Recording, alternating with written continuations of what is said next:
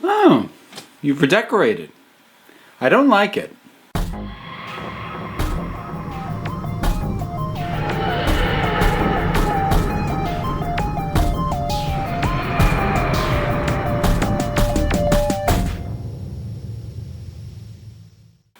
All right, folks, it's time for a Doctor Who list. These are always fun. And this one is brought to you by my own Patreon. And I mention that because this was a topic voted on and helped decided by my Patreon supporters. At any tier of support, you do get to help vote on topics and help me decide which things to tackle next when I have a few ideas going around. Also, you get to see the dockets for what is in the upcoming months. And even at fairly inexpensive tiers, you get things like access to the Discord, your name in the credits, and plus there's other stuff beyond that. I'm done plugging myself, and so let's move things along. So, this time, I am going to be ranking my own personal bottom to top, that's the order I'm doing them in, TARDIS interiors. Because TARDIS has been redesigned a lot, and some of them have been great. Some of them not so much. Now, strictly speaking, this is not every single variant of the TARDIS interiors, because sometimes there are things that were like really minor tweaks, like the overall, and also when I say TARDIS interior, I'm talking about the control room, because only a couple of different points in the show have they actually showed us much of the TARDIS outside of the control room, and that's always the main centerpiece. So that's really what I'm going to be talking about here. So, like I said, there have been times where like very little changes, but they tweak the panels on the console, like not dealing with those kind of variants. These were the ones that I could look at and go, that is distinctly different from the other ones. So by that rationale, I have 14 that I need to rank because I do get to include Classic Who in this particular list. So let's start at the bottom, work our way up. Number 14. What I think of as the flat wall TARDIS. This was, I believe this was the initial interior TARDIS design for the Fourth Doctor. And they just took the depth out of the wall, and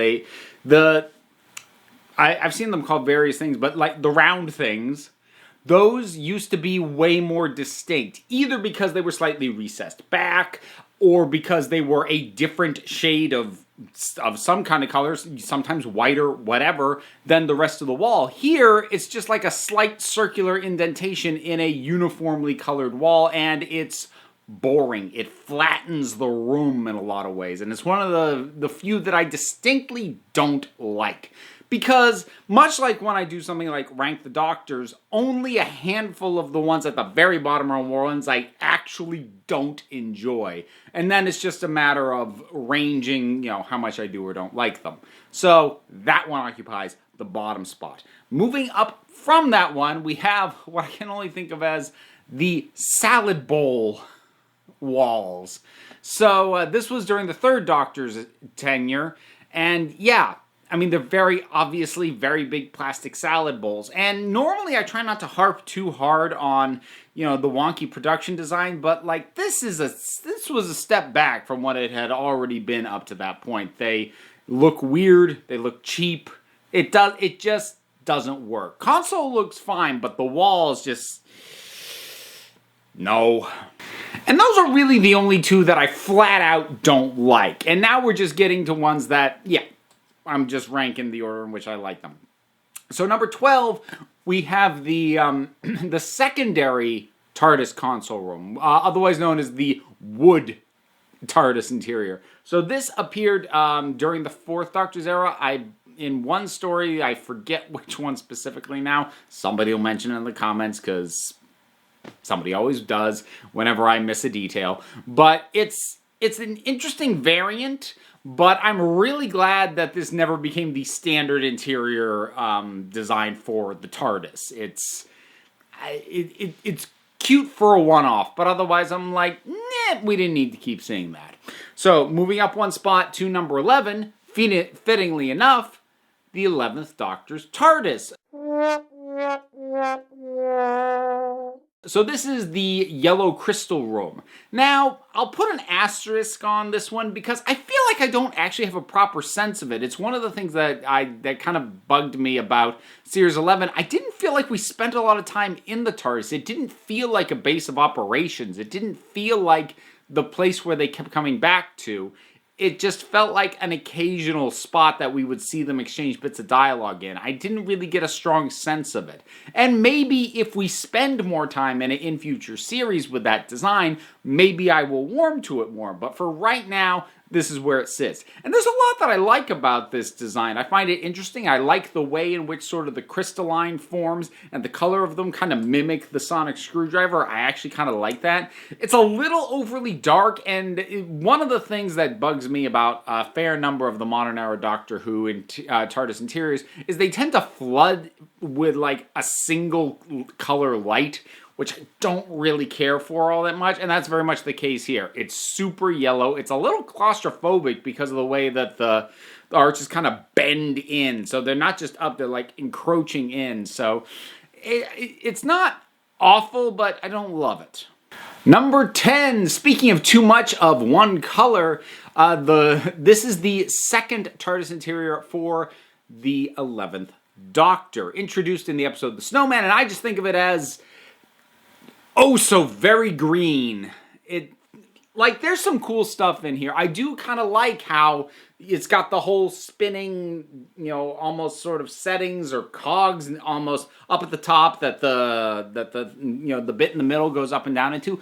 That's kind of cool. The walkways are neat, but it's also too dark and is relying way too much on just the color green. It makes it visually uninteresting, despite a rather interesting design. So if they just shot it differently, I would probably like it better. For number 9, we go to the 5th Doctor's era, and this was, I believe, the last major update to the interior of the TARDIS during the classic era, and it held all through 6 and 7's tenure. So this had a redesign on the columns, and also a noticeable redesign on the console, which was now with way more keyboards, fewer levers, fewer buttons, tons of keyboards. And it's fine. It's a tweaking of the classic design, but I find the keyboards to be kind of dull. I like when I can look at the console and see a bunch of things like, wonder what that does, what does that do? You show me a keyboard, I'm like, well, I know what that does. And you can tell me all you want about, but it's this kind of function. I'm like, yeah, but it's a keyboard. I know what a keyboard is, and it kind of makes it slightly less interesting. And also the style on the columns I don't like as much as the style of columns we'll see on a version of the TARDIS that's higher up. So let's keep moving. Which brings us to now in color, the first TARDIS interior for the 3rd Doctor, and it's good. I mean, that's kind of it. This one falls almost precisely in the middle, and it's just that. I really have nothing to complain about, but just nothing that really makes me go, ooh, that's a great touch right there. It's good. And now, what's probably going to be a bit of a controversial choice for not having it up higher, but the choral. So this was the TARDIS interior for the entirety of the 9th and 10th Doctors, Series 1 through Series 4. Well, actually, Series 1 through the Tennant Specials. So, for a lot of people, they have a lot of nostalgia for this one, and I do too. This was the TARDIS that was being used when I first fell in love with the show. And it avoided being shot too dark most of the time. If it was shot dark, there was usually a story reason for it to be doing that.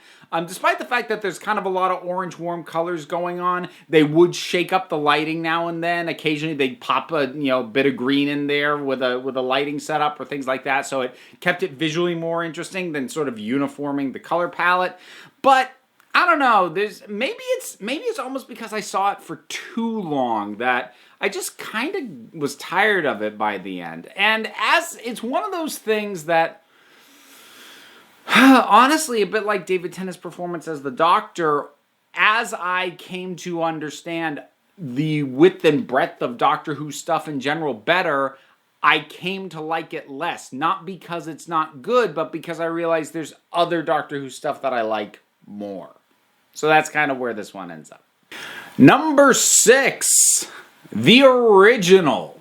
So the interior and the console room for the first and second Doctors, the black and white console, and like it's just classic.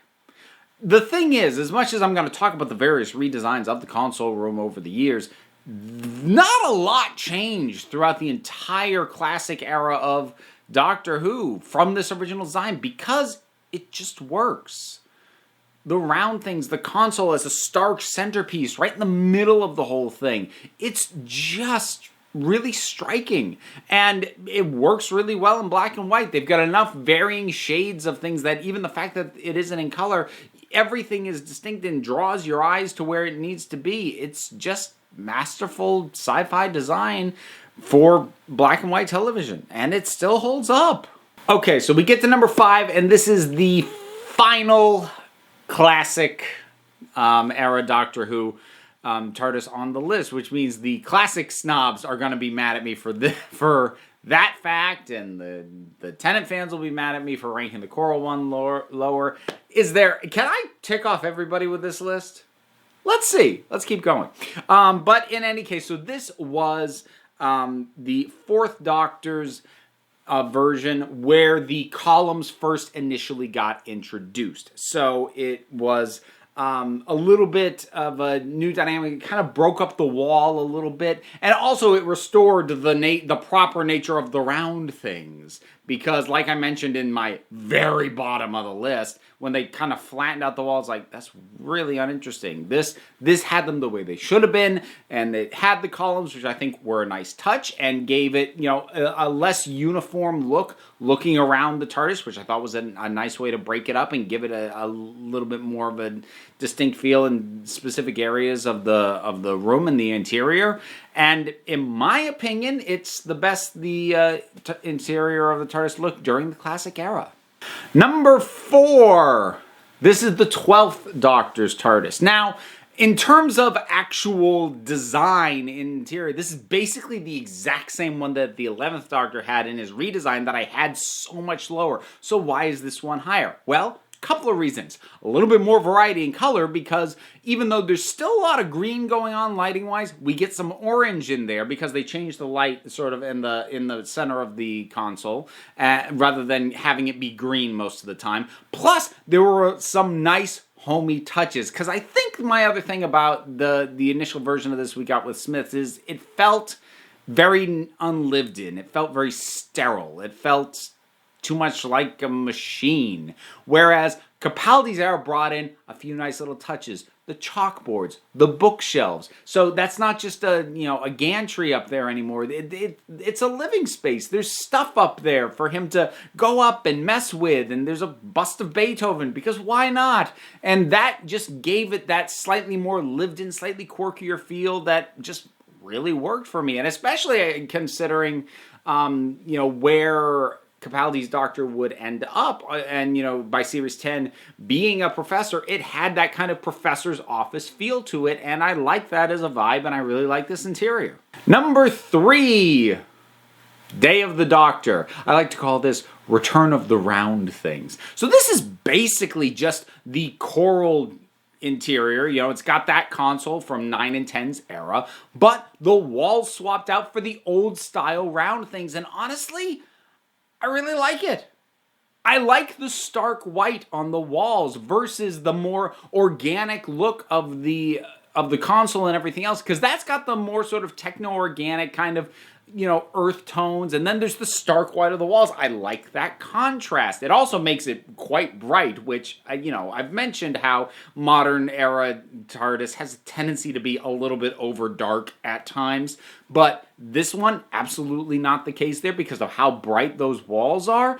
I think it's a wonderful marriage of the classic and the modern era, and it's something that I kind of wish we could have had for a little bit longer, but for the 50th anniversary, yeah, that was a fitting place to put it. We are getting right up there, only a couple left to go. And number 2, the 8th Doctor's interior. So this would be from the made-for-TV movie, and this This is just, if you asked me to design my own interior for a TARDIS, this is probably what I would want it to be. Feeling more like a library than anything, like an old-fashioned, classic, centuries-old library. Spiral staircase, bookshelves, clocks, potted plants, a gramophone, and just feeling like you're in somebody's home with this massive piece of technology with the console right in the middle of it. I really enjoy it. It is like a touch over dark in there, but it's not too bad. And what's in there is interesting and varied enough that my eyes never stop moving around there because they're always settling on something fun and interesting to look at. But even though this is probably how I would design my own TARDIS interior, still doesn't get my number one, because the number one is a TARDIS interior that I never would have thought to have asked for, but I love it so much. And that is the Fifth Doctor's initial design, which I'll just call the Whimsy TARDIS.